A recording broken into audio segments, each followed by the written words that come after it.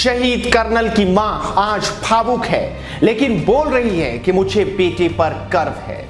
लद्दाख में 15 जून की रात भारत और चीन की सेनाओं के बीच हुई हिंसा में भारत के 20 जवान शहीद हो गए। खबर सुनकर किसी की आंखों में आंसू थे तो किसी के सीने में गुस्सा, लेकिन एक मां ऐसी भी है जिसे सिर्फ गर्व है। सीमा पर देश की रक्षा करते हुए शहीद हुए कर्नल संतोष बाबू की मां मंजुला बेटे के जाने से टूट जरूर गई है, लेकिन हारी नहीं। वो कहती है देश के लिए मरना सम्मान की बात है और मुझे मेरे बेटे पर गर्व है।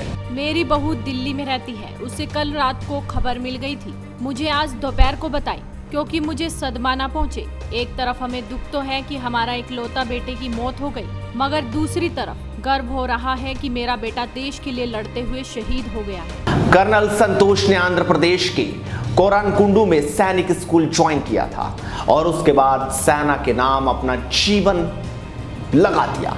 उन्होंने 14 जून को अपने घर पर भी बात की थी और जब पिता ने उनसे सीमा पर तनाव के बारे में पूछा तो उन्होंने कहा, आपको मुझसे ये नहीं पूछना चाहिए, मैं आपको कुछ नहीं बता सकता। हम तब बात करेंगे जब मैं वापस आ जाऊंगा। ये उनके अपने घर वालों से आखिरी बातचीत थी। अगली रात को ही कर्नल संतोष गलवान घाटी में शहीद हो गए।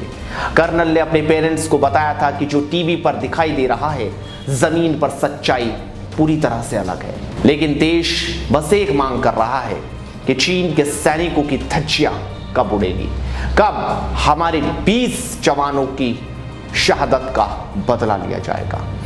हालांकि इसमें कोई दो राय नहीं है कि भारत के 20 जवान शहीद हुए तो भारत ने भी 40 से ज्यादा चीनी सैनिकों को हताहत कर दिया।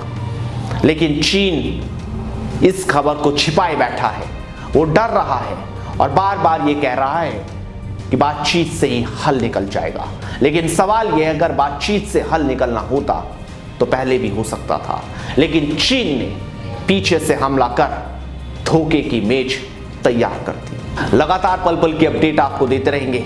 फिलहाल इतना ही। इस वीडियो को शेयर जरूर कीजिए। नमस्कार।